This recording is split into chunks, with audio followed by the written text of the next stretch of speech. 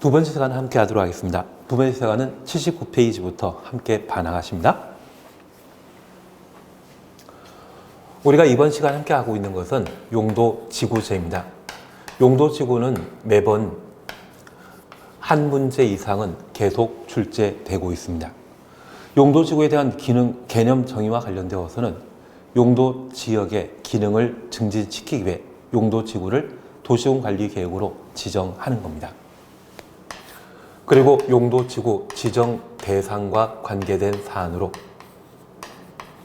법률과 대통령령에서는 용도지구 지정 대상, 취계특보, 경복고, 방방 9가지 용도지구를 지정할 수 있도록 법에 정해 놓고 있고, 대통령령에서는 9가지 중에 5가지에 대해서는 세분하여 도시군관리계획의 결정권자가 지정할 수 있도록 정해 놓고 있습니다.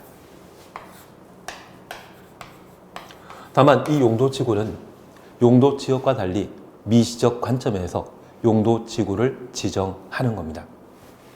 그러면 우리가 잠깐 이해해 주실 것이 있습니다.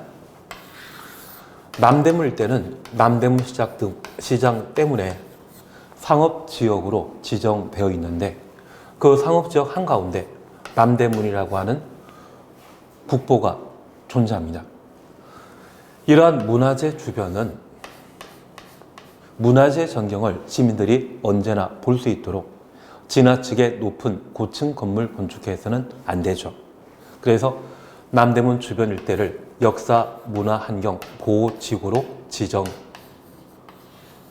있는데, 이렇게 역사 문화 환경 보호지구로 지정된 주변 일대에는 그래도 상업지역이기 때문에 상업용 건물을 건축할 수 있습니다.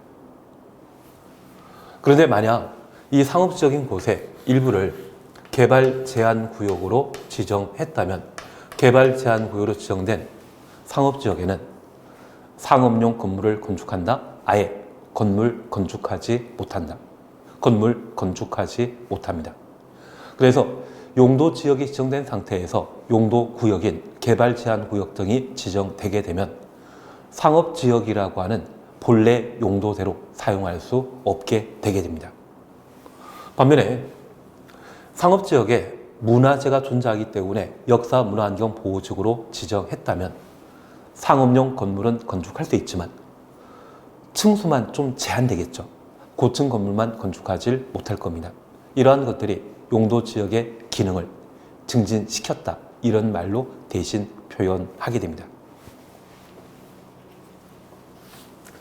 그러면 이렇게 도시군 관리계획 결정권자가 용도 지구를 지정하게 되면 그 대상에 대해서는 법령과 조례에서 각각 정하고 있는데, 이 조례에서는 미시적 관점에서 용도지구 지정하기 때문에 조례로 용도지구 신설하는 것 10번째, 11번째 용도지구 신설하는 것을 허용하고, 조례가 정하는 바에 따라 특경, 특중 4가지에 대해서는 세분하거나 추가 세분하는 것을 허용하고 있습니다. 그러면 이런 용도지구는 국장, 시도의사, 대도시장이 도시군 관리 계획으로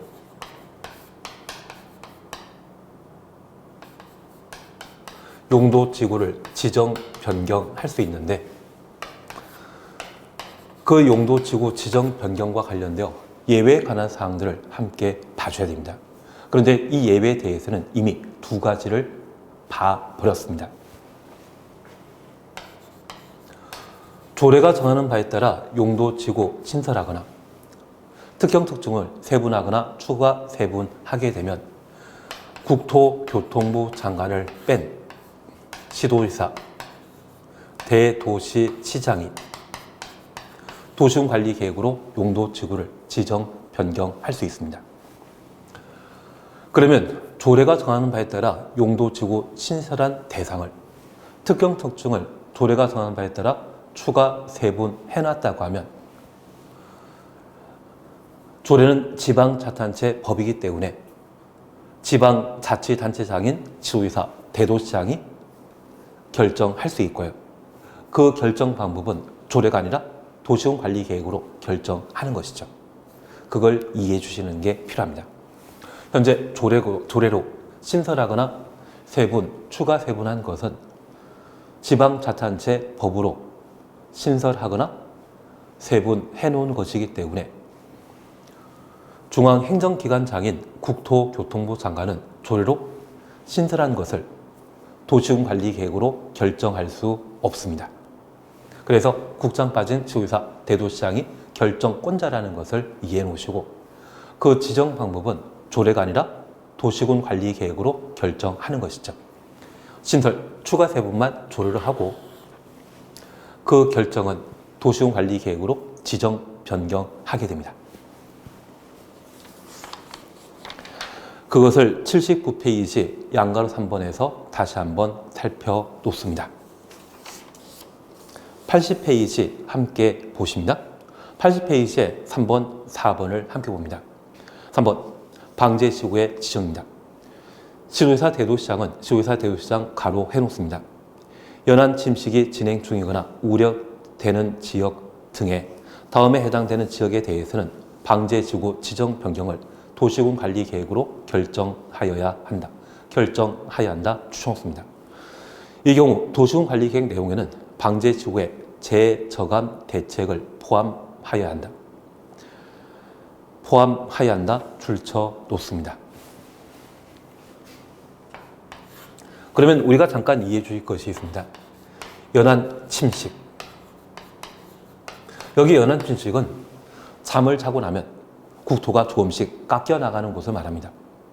최근 동해안 쪽에서는 해변가에 해안선이 점점 바다에 깎여 나가는 경우가 있다고 합니다. 그렇게 깎여 나가게 되면 대한민국 땅덩어리가 줄어들게 되는 것이죠. 이것은 국가적 위기에 해당됩니다. 다만 이런 연안 침식 현상에 대해서는 중앙행정기관장인 국토교통부 장관보다 해당 지역을 관할하고 있는 시도지사, 대도시장이 더 잘 알죠. 그래서 연안 침식 현상이 발생하는 곳에는 국장 빠진 시도지사, 대도시장이 국가적 위기에 해당되기 때문에 방제지구 지정 변경을 도시군 관리 계획으로 결정하여야 합니다. 다만 우리가 이해해 주실 것이 있습니다. 여기 연안 침식이라는 말이 붙어 있는 방제지구의 지정 변경은 시도지사, 대도시장이 도시군 관리 계획으로 결정하여야 하고 그냥 방제지구는 국토교통부 장관도 지정할 수 있습니다. 그래서 연안 침식이라고 하는 예외 조건이 붙어 있는 방제지구 지정 변경만 국장 빠진 시의사, 대도시장이 도시군 관리 계획으로 결정하여야 합니다. 그리고 두 번째 우리 봐주실 것이 있습니다. 용도 지역, 용도 지구 지정 변경은 지정할 수 있다가 원칙인데 연안 침식 현상이 발생하는 지역에 대한 방제 지구의 지정 변경은 도시군 관리 계획으로 결정하여야 한다. 이는 원칙의 예외입니다. 그래서 우리가 지역지구, 구역지정과 관련되어 원칙적으로 지정할 수 있다. 임의적 지정 대상이 원칙이지만 예외적으로 강행 규정을 적용하는 것이 세 가지가 나오게 됩니다. 방금 보신 연안 침식 현상이 발생한 지역에 대한 방제지구의 지정 변경은 도시군 관리 계획으로 결정해야 한다. 그리고 두 번째가 지구 단위 계획 구역에서 보게 됩니다. 정택 10년, 시공 30만이라는 말이 나올 텐데 그 지구 단위 계획 구역 지정 변경과 관련되어 원칙적으로 지정할 수 있지만 정택 10년, 시공록 30만일 때는 지구 단위 계획 구역 지정해야 한다. 그리고 세 번째가 기반시설 부담 구역이 있습니다.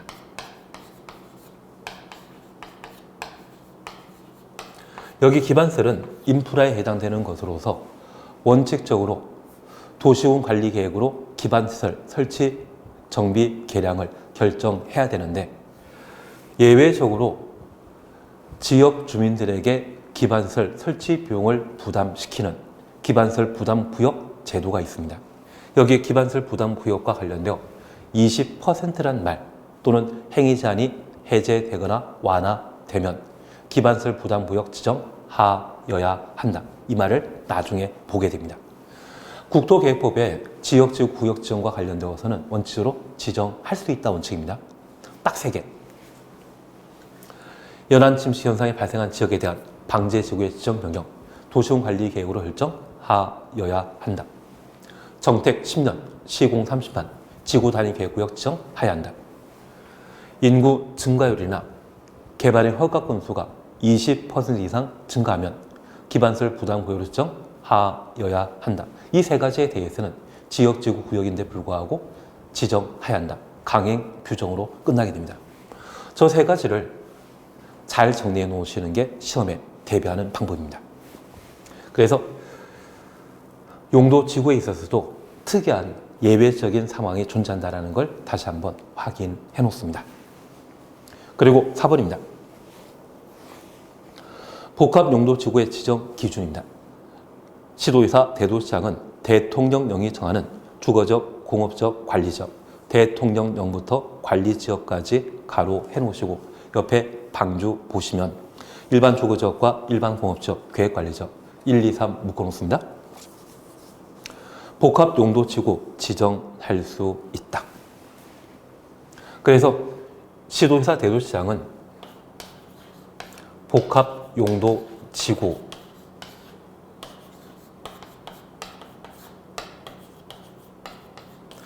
일반 주거지역과 일반 공업지역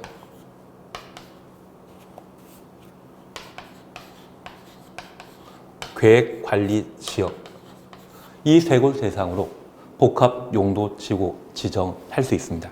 우리 시험 볼 때까지 앞글자 조합해서 1개로 기억해 놓습니다. 그래서 우리 가끔 하루에 1,000원씩, 10,000원씩 적립하는 개 만들 수 있죠. 매일 적립하는 개라 해서 1일 개라 할 수 있는데 그 1일 개가 복합용도지구의 지정 대상이고 일반 주거지역과 일반 공업지역, 계획관리지역이 그 대상이 되게 됩니다. 그런데 일반 상업지역은 해당 사항 없습니다. 그래서 1개, 일반 주거지역과 일반 공업지역, 계획관리지역을 복합용도지구로 지정할 수 있고 그 지정권자는 국장 빠진 시도의사, 대도시장이 도시군 관리 계획으로 복합용도지구를 지정할 수 있습니다. 그러면 용도지구 지정은 도시군 관리 계획의 결정권자인 국장, 시의사, 대도시장이 도시군 관리 계획으로 법령이 정한 대상을, 조례가 정한 대상을 도시군 관리 계획으로 지정, 변경할 수 있습니다. 그런데 저 예외 4가지에 해당되는 것, 조례에 의한 2가지입니다. 신설 3분, 국토교통부 장관 빠진 시도의사, 대도시장이 조례로 신설한, 조례로 세분한 용도지구, 도시군 관리 계획으로 지정, 변경할 수 있고 연안 침수 현상이 발생하는 지역 또는 우려되는 지역에 대해 시도의사, 대도시장은 방제지구 지정 변경을 도시군 관리 계획으로 결정하여야 한다. 강행 규정입니다. 그리고 일반 주거지역과 일반 공업지역, 계획관리지역 1일개를 시도의사, 대도시장은 복합용도지구로 지정할 수 있다. 그래서 이 4가지에 대해서는 국토교통부 장관은 결정권자 아니죠. 그걸 정리해 주는 게 용도지구 지정과 관련된 예외에 해당되는 절차입니다. 만약 이 4가지를 국토교통부 장관이 지정할 수 있다. 이 말 나오면 그 자체가 바로 틀린 것으로 박해 놓습니다. 그게 정리되시겠습니까? 그게 되셨다고 하면 우리 80페이지에 동그라미 3번과 관련된 방제지구 지정 박스 속의 내용을 잠깐 확인해 놓습니다. 그 박스 속의 내용 중에 바로 니은번을 봐놓습니다. 우리 출제하는 교수님들은 이 숫자 나온 것을 참 좋아하시는 것 같습니다. 왜냐하면 숫자는 하나만 바꾸더라도 틀린 지문으로 만들 수 있거든요. 그리고 그렇게 틀린 지문 만들어졌을 때 오류가 발생했다고 이의를 신청할 수 있습니다. 30위에 중개사 시험에서도 1차 2문제, 2차 2문제가 복수 정답 또는 전부 정답 처리되었었는데 그런 부분에 대해 이의를 신청했을 때 명확한 답변을 하게 되면 그 이의 신청 무마시킬 수 있는데 그렇지 못하다고 하면 상황에 따라 복수 정답 등을 인정하는 경우가 있습니다. 그렇게 복수 정답 주장했을 때 쉽게 반박할 수 있는 방법이 바로 숫자를 바꾸는 겁니다. 그래서 니은봉과 관련되어 풍수해 등의 동일한 재해가 최근 10년 이내 2회 이상 발생하여 인명피해 입은 지역으로서 동일한 재해 발생 시에 상당한 피해가 우려되는 지역은 지도의사 대도시장이 방제지구 도시군관리계획으로 결정하여야 한다. 그래서 10년 이외 가로 해놓습니다. 그 정도만 한번 해놓으시면 나머지는 문제 없을 것 같습니다. 그러면 이런 방법으로 용도지구를 지정하게 되면 결정권자가 도시군관리계획으로 용도지구 지정했을 때 지정 대상과 관련된 고유 목적 있죠. 그러한 목적 달성하기 위해 공법상 규제인 행위 제한을 가하게 됩니다. 그러면 우리 지정 대상 다시 한번 살펴놓습니다. 지금 외우는 게 필요하십니다. 방제지구 지정 대상은 법령상 취계특보, 경복고, 방이었습니다. 우리 시험에 자주 출제되는 것으로 취락지구입니다. 취락지구는 자연취락지구와 집단취락지구가 있는데 여기 자연취락지구는 녹관 농자의 취락을 정비하기 위해 지정하는 용도지구입니다. 그러면 이 자연취락지구에는 시골 마을 사람들이 잘 생활할 수 있도록 여러 가지 지원 사업을 할 필요가 있죠. 그리고 집단취락지구의 경우에는 개발제한구역 안에 취락, 정비하기에 지정하는 용도지구인데 그 개발제한구역 안에 시골 마을에 거주하는 사람들이 생활에 불편 없도록 여러 가지 사업을 시행해야 할 겁니다. 다만 이 집단취락지구의 경우에는 개발제한구역에 해당되는 것으로서 저 개발제한구역에 우선 적용하는 특별법이 있습니다. 그것을 우리는 개특법령이라 표현합니다. 그 개특법령에서 지원사업을 정해 놓게 됩니다. 그리고 개발진흥지구는 주산관입니다. 주거개발진흥지구, 산업유통개발진흥지구, 관광휴양개발진흥지구. 특히 산업유통개발진흥지구는 우리가 도시군관리계획 정리하시면서 입안 제한 파트에서 기지 산대 입이라해서 산업유통개발진흥지구를 주민 이해관계인이 도시군관리계획의 입안권자가 제한할 수 있도록 정해 놓은 것을 함께 본 적이 있습니다. 기억나시겠습니까? 그러면 주거개발진흥지구에는 아파트개발사업, 산업유통개발진흥지구는 산업단지나 유통센터, 관광휴양개발진흥지구는 관광단지나 호텔 개발하는 것이 그 목적이 되게일 겁니다. 그와 관련된 행위제한이라는 게 가해질 수 있겠죠. 그리고 보호지구입니다. 여기 보호지구는 역중생이라는 말로 우리가 함께 공부하셨습니다. 역사, 문화, 환경 보호지구, 중요생물 보호지구, 생태계 보호지구, 그리고 경관지구입니다. 경관지구는 특자시이죠. 특화경관지구, 자연경관지구, 시가지 경관지구. 특히 특화경관지구는 주요 수계, 소변 경관과 문화재가 아닙니다. 문화적 보존 가치가 큰 건축물의 주변 경관, 보호하기 위해 특화경관지구를 지정했습니다. 그리고 고도지구입니다. 건축 높이의 채관들을 제한하는 것이죠. 여기 복합용도지구에 대해서는 충분히 따로 시험에 낼 수 있는데 1개, 일반 주거지역과 일반 공업지역, 계획관리지역을 복합용도지구로 지정할 수 있습니다.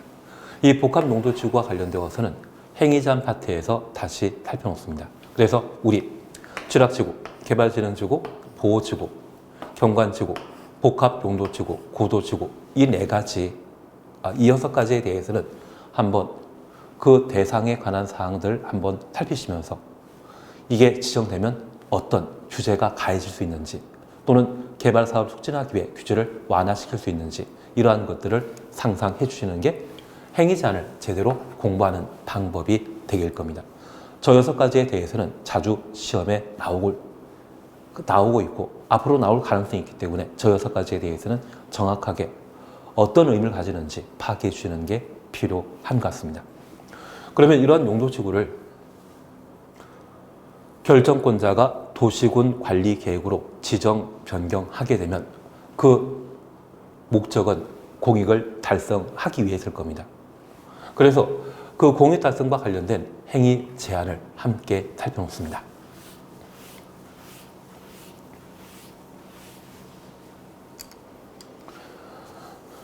그래서 우리 교재 80페이지의 3번 용도지구의 건축 제한입니다. 하단 내용은 무시해버리시고요.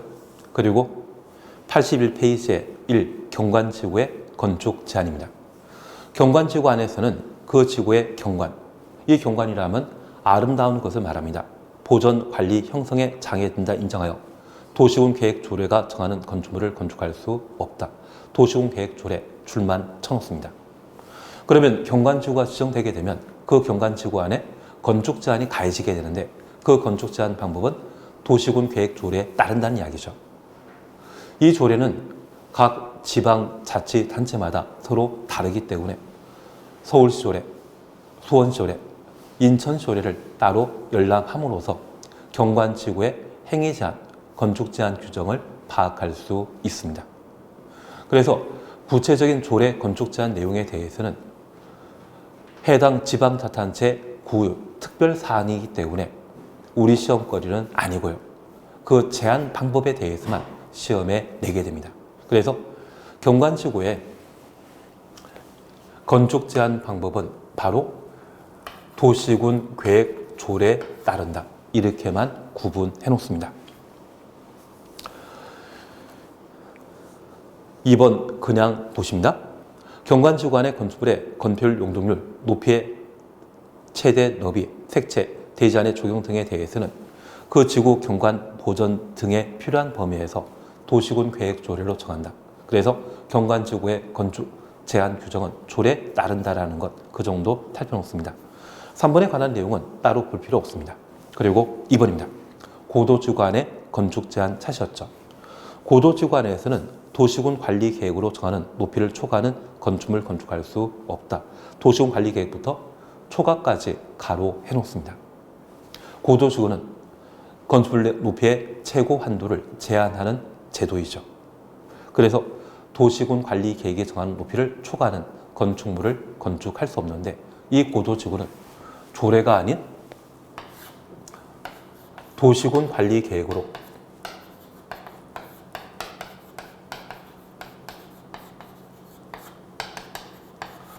고도지구 안에 건축할 수 있는 건물 높이를 결정하게 되면 그 높이까지 건축할 수 있는 겁니다.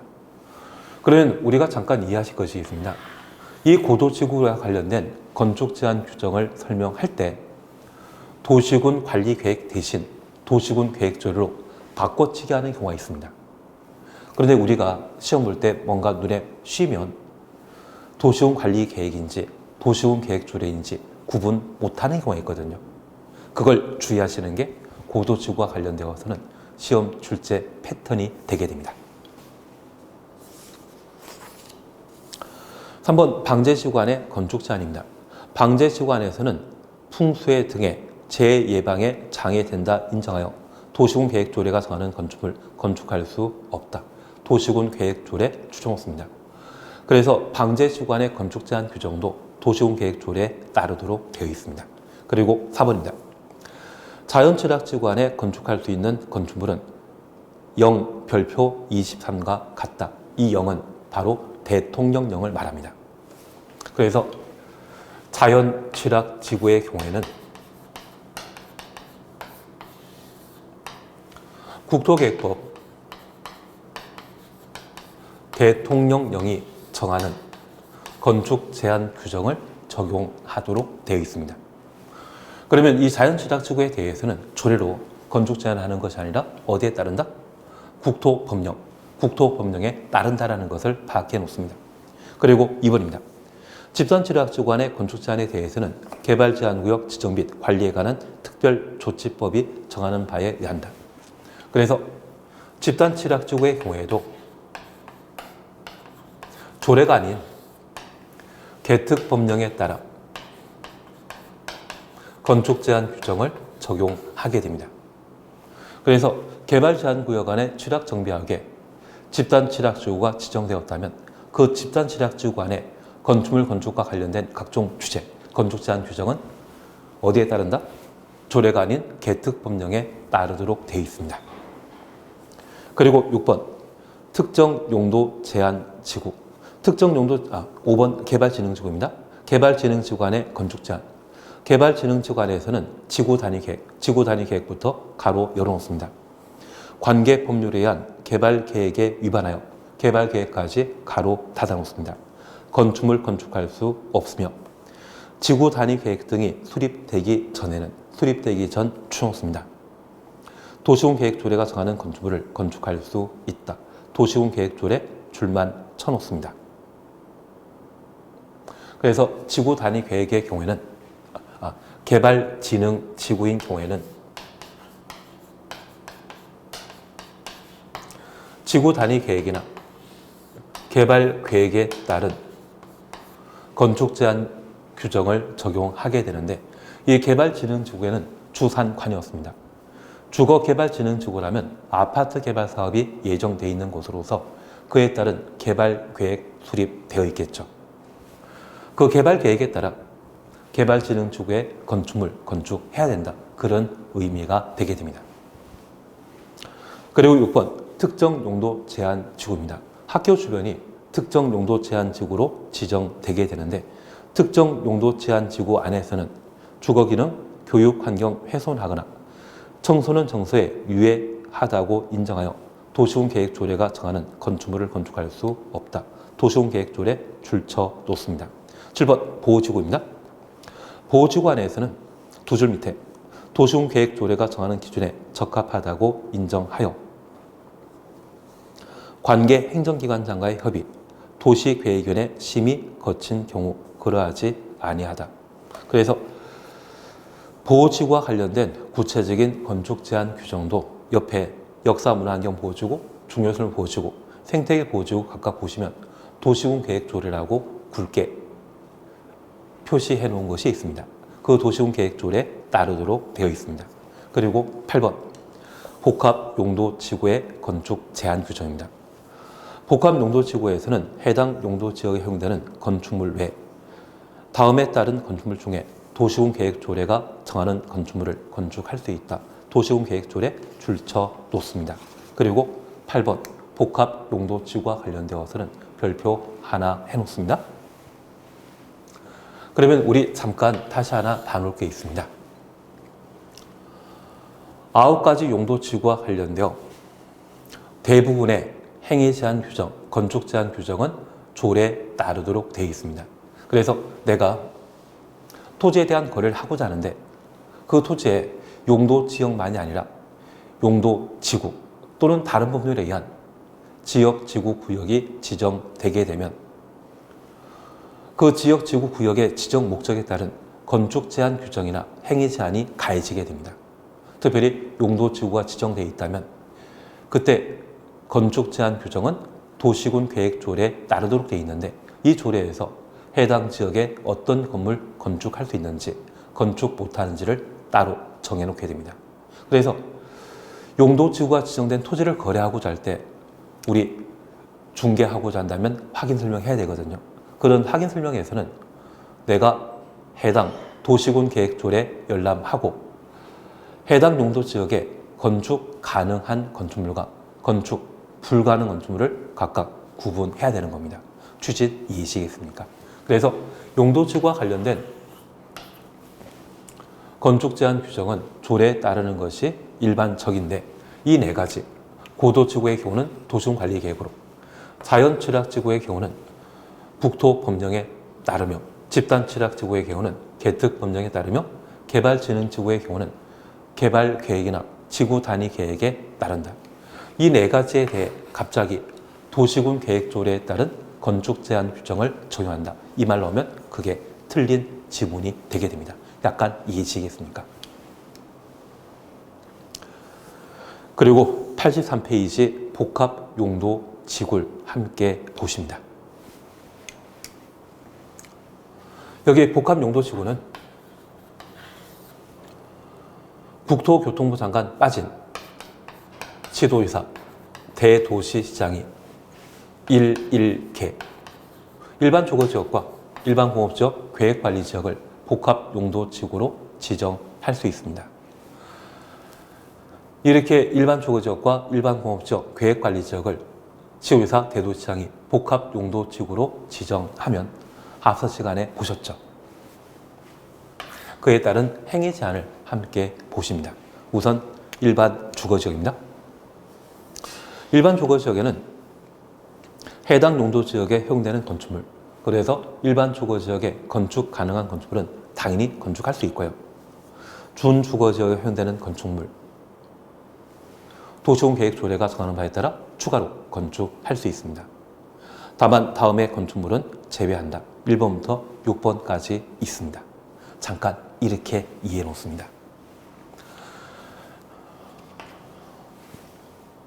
여기 복합용도지구와 관계된 사항을 함께 봐주시는데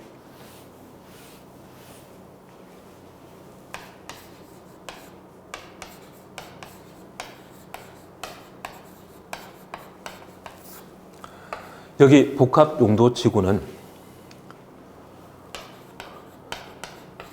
일반 주거지역과 일반 공업지역, 계획관리지역을 대상으로 복합용도지구를 지정할 수 있습니다.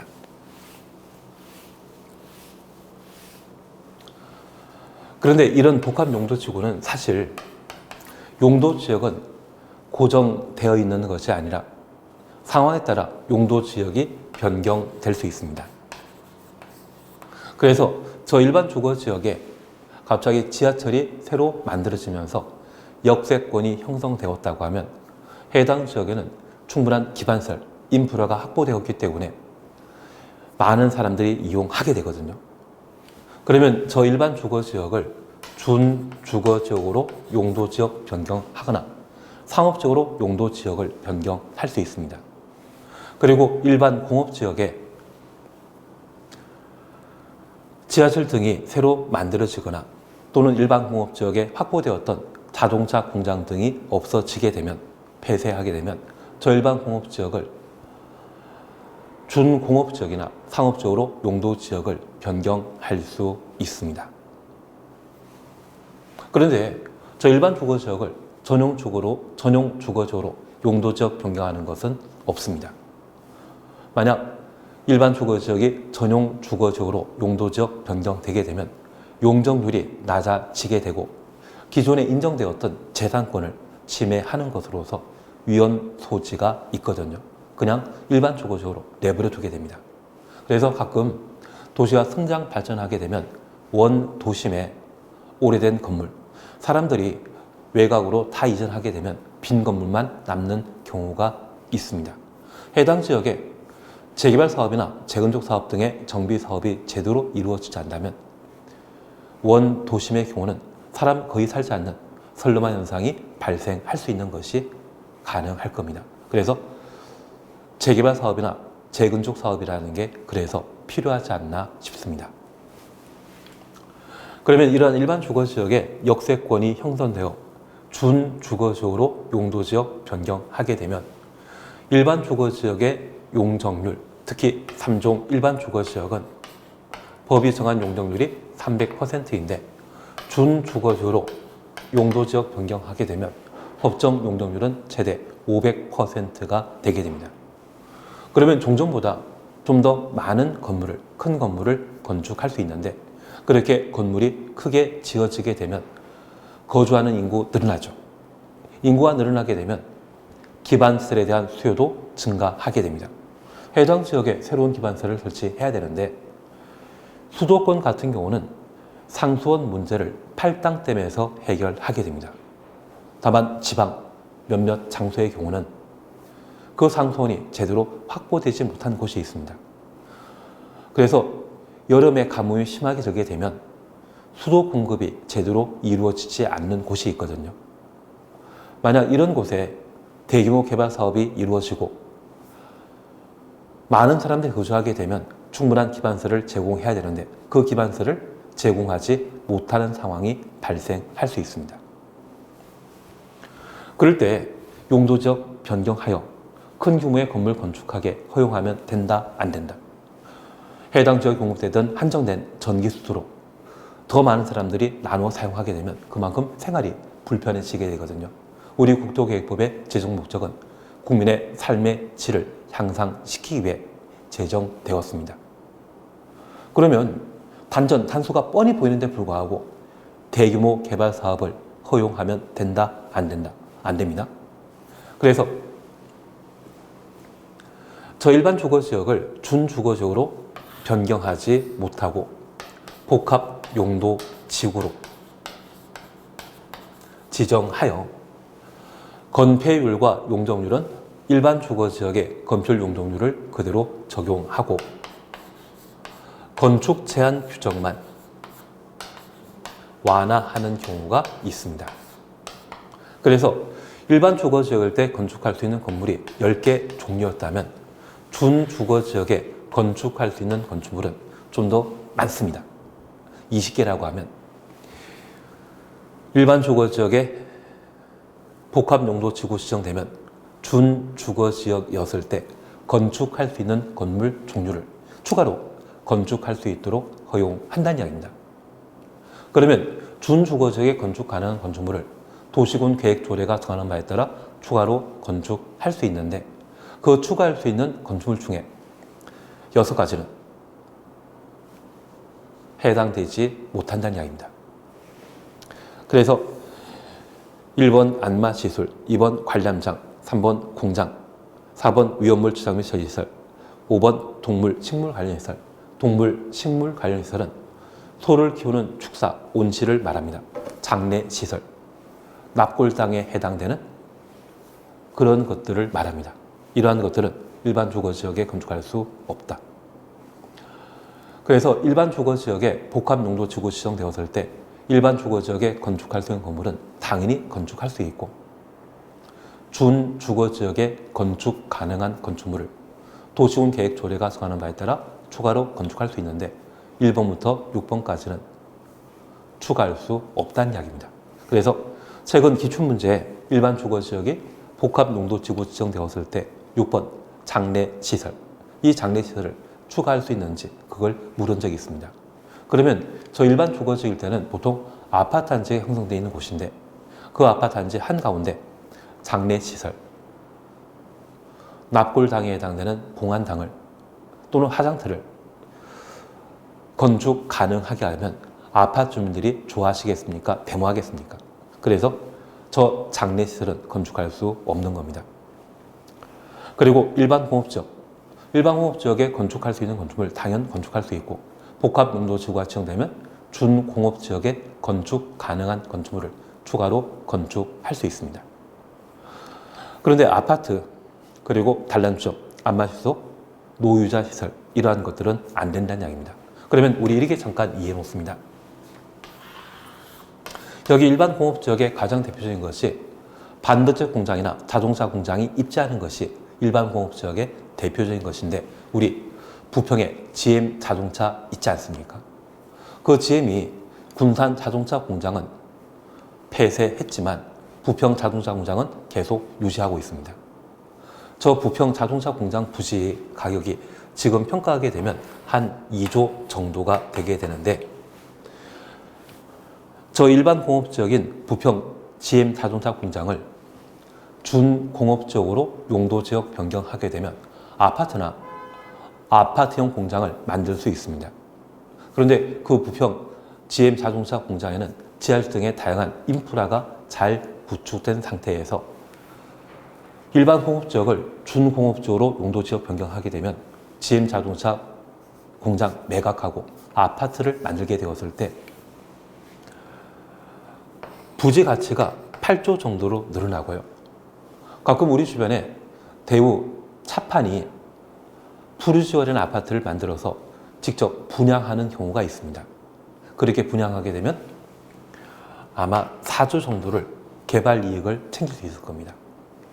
최근 쌍용 자동차도 에디슨이라고 하는 회사에 인수되었는데 그 인수한 곳에 평택에 있는 쌍용 자동차 공장 부지를 아파트 개발해서 분양하게 되면 그 개발 이익으로 회사에 누적되어 있는 채무를 해결하고 회생 자금으로 사용하겠다고 하는 평택 자동차 공장 개발안을 언론에 유포한 적이 있거든요. 그렇게 개발하게 되면 진짜 대박 터지는 겁니다. 그래서 저 일반 공업지역이 복합용도지구 지정하더라도 아파트 개발하기에는 못하게 하겠다. 그런 의미에서 아파트는 도시공계획조례로 추가할 수 있는 대상이 아닌 겁니다. 만약 아파트 개발하고 그거 처분하면 GM자동차는 아마 지금까지 누적되어 있던 적자를 한 방에 해결하고 외국으로 나갈 수 있거든요. 예전에 외환은행과 관련된 론스타 사건이 또 한 번 발생하지 않나 싶습니다. 그렇게 아파트 만들고 외국으로 나가버리게 되면 국내 일자리와 관련된 산업 경제에 큰 영향을 끼칠 수 있지 않겠습니까? 그래서 허용하지 않고 있는 겁니다. 추진 이해하시겠습니까? 그리고 두 번째입니다. 단란 수정과 안마실소 그리고 노유자 시설입니다. 그러면 일반 공업지역에 복합용도지구 지정되게 되면 일반 공업지역에 건축 가능한 건물은 당연히 건축할 수 있고 준공업지역에 건축 가능했던 단란 수정, 안마시설 등은 허용하지 않겠다는 이야기인데 우리가 잠깐 이해해 주실 것이 있습니다. 복합용도지구인 일반 공업지역에는 애기들은 없지 않겠습니까? 그래서 노유자 시설은 유치원 등을 말합니다. 이러한 것들은 건축하는 것 아니고요. 그리고 근로자들이 월급 집에 잘 들고 가고자 한다면 중간에 쓸 수 있는 단란 수정과 안마시설은 만들어서는 안 되죠. 그래서 복합용도지구인 일반 공업지역에 지정되게 되면 그에 대한 건축 제한 규정으로 일반 공업지역에 건축 가능한 건물은 당연히 건축할 수 있고 준공업지역에 건축 가능한 건축물 조례가 정한 바에 따라 추가로 건축할 수 있는데 아파트는 안 됩니다. 그리고 어린이들 없기 때문에 노유자들 안 되고 월급 집에 잘 들고 가라고 안마 칠소와 단란 수정은 건축할 수 없다. 그렇게만 구분해 놓습니다. 그리고 계획관리지역에 복합용도지구 지정되면 계획관리지역에 건축 가능한 건축물 당연히 가능하고 1번부터 4번에 해당되는 것은 조례가 정한 바에 따라 추가로 건축할 수 있다는 이야기입니다. 그래서 1번 그냥 지나가시고 2번 판매시설. 복합용도지구인 계획관리지역에 이케아 같은 또는 코스트코 같은 판매시설 만들 수 있다는 이야기고요. 숙박시설 그리고 유원시설업. 여기 유원시설업은 에버랜드 같은 곳을 유원시설업이라 표현합니다. 그래서 대관람차 같은 놀이기구 갖춰지는 것. 그게 유원시설업인데 이러한 것들을 복합용도지구 계획관리지역에 건축할 수 있는 겁니다. 최근 우리 시험에는 일반 주거지역과 관련된 복합용도지구 지정 시에 건축 제한 규정을 시험에 냈기 때문에 일반 공업지역과 계획관리지역에 관한 사항들을 한번 살펴주시는 게 필요한 것 같습니다. 그리고 84페이지입니다. 용도지역, 용도지구, 용도구역 안에 건축 제한 예외 있는데 1번만 그냥 보십니다. 용도지역, 용도지구 안에 도시군계획설, 용도지역부터 도시군계획설까지 가로해 놓습니다.